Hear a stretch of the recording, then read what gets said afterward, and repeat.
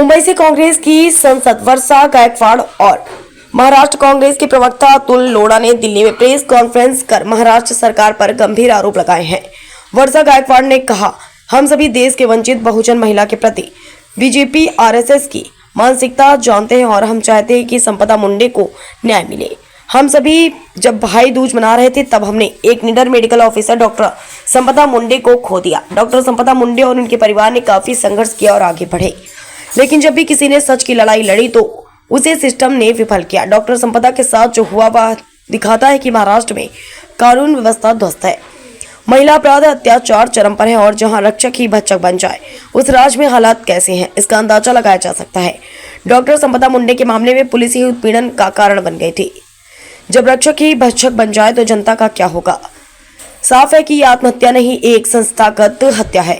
महाराष्ट्र के मुख्यमंत्री देवेंद्र फडणवीस जी के एक बैठक में गए, वहां वे जिस मंच पर थे उसी मंच पर वे सभी लोग थे जिनके ऊपर संपदा जी ने उंगली उठाई थी। देवेंद्र फडणवीस जी ने बिना किसी जांच के सीधा मंच से उन लोगों को क्लीन चिट दे दी। ऐसे वो किसे बचाना चाहते हैं?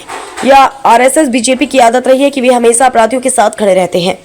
वहीं कांग्रेस प्रवक्ता ने क्या देवेंद्र फडणवीस को शोभा देता है कि जिस मामले में जांच चल रही है उसमें वे खुद क्लीन चिट दे रहे हैं। क्या देवेंद्र फडणवीस पूरे मामले महकमे को संदेश दे रहे हैं कि वो बीजेपी के पूर्व सांसद रणजीत नायक निंबालकर को हाथ नहीं लगा सकते। डॉक्टर संपदा मुंडे समेत कई अन्य मामलों में अब तक एक्शन न लेना यह दिखाता है कि फुले जी के महाराष्ट्र को बीजेपी ने क्या बना दिया है। आज महाराष्ट्र में ऐसी हालत कि डॉक्टर संपदा मुंडे को तंगा कर हाथ में सुसाइड नोट लिखकर जान देनी पड़ती है। दिल्ली से अमित, समाचार 24। वर्षा जी ने आपके सामने रखा, उसके पीछे एक सोच है। वो सोच है संघ की सोच, आरएसएस की सोच। हमारे विचारों के साथ अगर आप खड़े रहोगे तो आप बलात्कार करो, हत्या करो, डाका डालो, चोरी करो, हम ताकत से आपके पीछे खड़े रहेंगे। और ये पूरे देश में हो रहा है, जिसका प्रातिनिधिक उदाहरण जो है वो डॉक्टर संपदा मुंडे के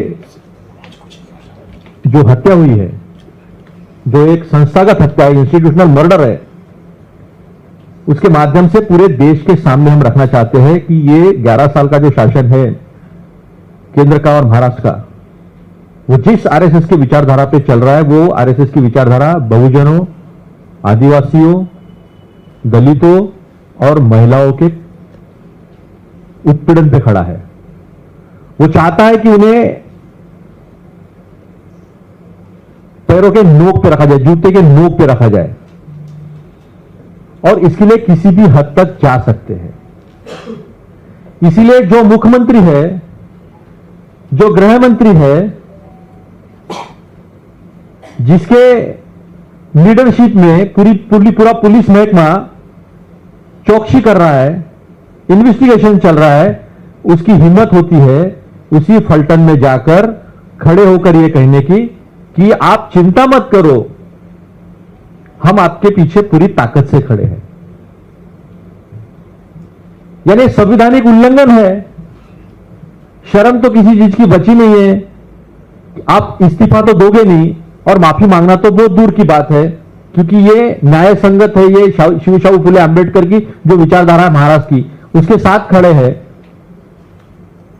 और ये उसके खिलाफ खड़े हैं, तो ये कभी माफी मांगेंगे या इस्तीफा देंगे ऐसा लगता नहीं। मैं तो सीधा सीधा कहता हूं, देवेंद्र फडणवीस जी को महाराष्ट्र का मुख्यमंत्री और गृह मंत्री रहने का कोई भी नैतिक और संवैधानिक अधिकार रहा नहीं। उन्हें तुरंत इस्तीफा देके बाजी हो जाना चाहिए। अगर ऐसा अमित शाह जी या नरेंद्र मोदी जी नहीं कर सकते हैं तो यह तय होता है कि एक लड़की पर, जो गरीब किसान की लड़की है, जिसने अपनी जमीन गिरवी रखकर उसे डॉक्टर बनाया, उसने भी अपने माता पिता के सपने पूरे किए, और एक लड़की बहुजन समाज की जब पढ़ लिख कर आगे आती है तो पूरे बहुजन समाज के लिए वो इंस्पिरेशन बनती है, प्रेरणा बनती है।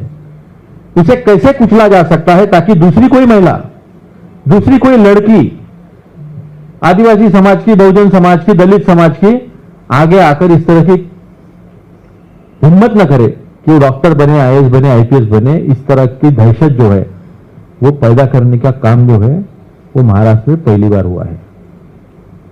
इसी तरह का कठुआ में हुआ था, पूरी संस्था कठुआ में पीछे खड़ी थी। इसी तरह का हाथरस में हुआ था, उस मां की उस मां का दुख जो है वो हमने देखा था कि हल्दी भी नहीं लगाने दी। तो किसको संरक्षण मिल रहा है और क्या संविधान से देश चल रहा है नहीं चल रहा है,